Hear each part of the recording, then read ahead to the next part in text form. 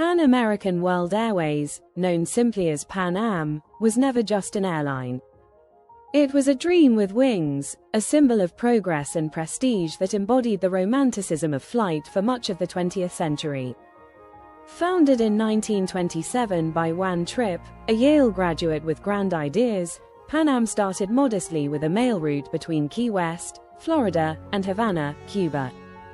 But even in those humble beginnings, Trippe imagined something far bigger, an international airline that would connect countries, cultures, and people in ways never before imagined.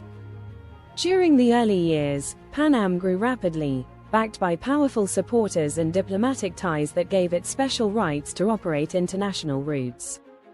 Trippe cleverly positioned Pan Am as America's chosen flag carrier without official designation. He secured landing rights in Latin American countries, established strategic outposts, and bought up flying rights like a monopoly mogul on the aviation game board. His tactic was clear: if the US government couldn't build an empire in the sky, he would do it through Pan Am. And he did.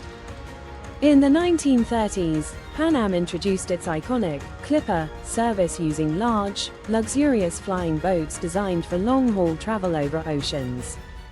These aircraft, such as the Boeing 314, didn't need long runways. They took off from water and landed in exotic harbors. Imagine boarding a plane in San Francisco and alighting in Hong Kong after a series of tropical island layovers.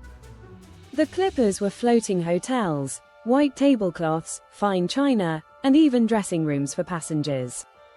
Flying Pan Am was akin to sailing first class on an ocean liner, but swifter and more exhilarating. As World War II loomed, Pan Am's operations became instrumental to the Allies. The airline's pilots were sometimes mistaken for naval officers, and Pan Am planes moved personnel and supplies across oceans. After the war, commercial aviation was ripe for a boom, and Pan Am was in pole position. It shifted its fleet to land-based planes and ushered in what many call the golden age of flying. In the 1950s, Pan Am became the launch customer for the Boeing 707, the first successful commercial jetliner. This leap in technology cut travel time dramatically and opened international travel to a broader audience. Though still relatively expensive, flying became more accessible than ever, and Pan Am's world-spanning routes helped shrink the planet. Its aircraft were pristine, its service exceptional, and its branding impeccable. The blue globe logo was recognized around the world as a badge of sophistication. Flying Pan Am was more than convenient, it was aspirational. The airline also played a profound role in shaping cultural identity. Its stewardesses, hand-picked, rigorously trained, and impeccably dressed, became global icons of elegance. They weren't just attendants, they were multilingual ambassadors who introduced passengers to the world beyond borders. Each flight was an exercise in diplomacy and charm. Passengers dressed for travel the way they'd dress for a Broadway show: suits, heels, pearls. There was glamour in the terminal, glamour in the air. Pan Am wasn't only a cultural icon, it was a technological pioneer. The company commissioned advances in airplane design, navigation, and communication. It was one of the first to use computerized reservation systems and invest heavily in infrastructure, including terminals and offices around the world. Trippe envisioned a world where global travel was commonplace and reliable, and in many ways, his airline made that happen. But as the 60s gave way to the 70s, Pan Am's success began to unravel. The aviation industry was changing. Deregulation meant airlines lost government protection and had to compete in open markets. Pan Am, long focused on international flights, lacked a domestic network and scrambled to buy national airlines, a move that strained its finances. The brand that had once symbolized simplicity and elegance found itself mired in operational complexity and debt. Add to that rising oil prices, unstable global economies, and growing labor disputes, and the airline's outlook became increasingly turbulent. Perhaps the most tragic blow came in 1988, when Pan Am Flight 103 exploded over Lockerbie, Scotland, a terrorist bombing that killed 270 people. The incident shocked the world and shattered public confidence in the airline.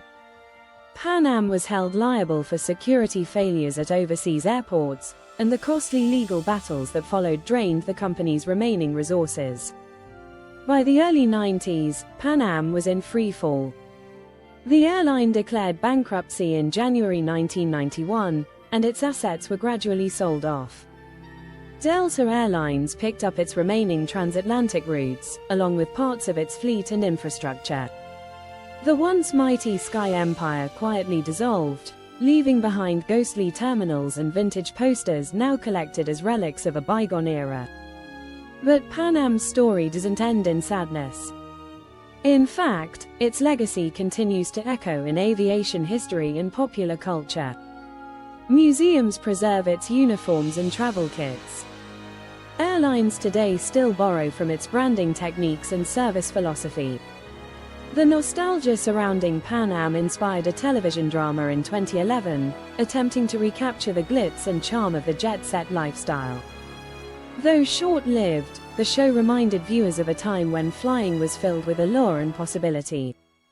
To this day, Pan Am remains a symbol not of failure, but of ambition. It showed the world what was possible when innovation met imagination. It gave thousands their first glimpse of foreign lands, introduced cultures to one another, and made Around the World in 80 Days feel less like fiction and more like a weekend getaway. In every boarding pass, layover, and takeoff, Pan Am proved that the sky wasn't the limit, it was only the beginning.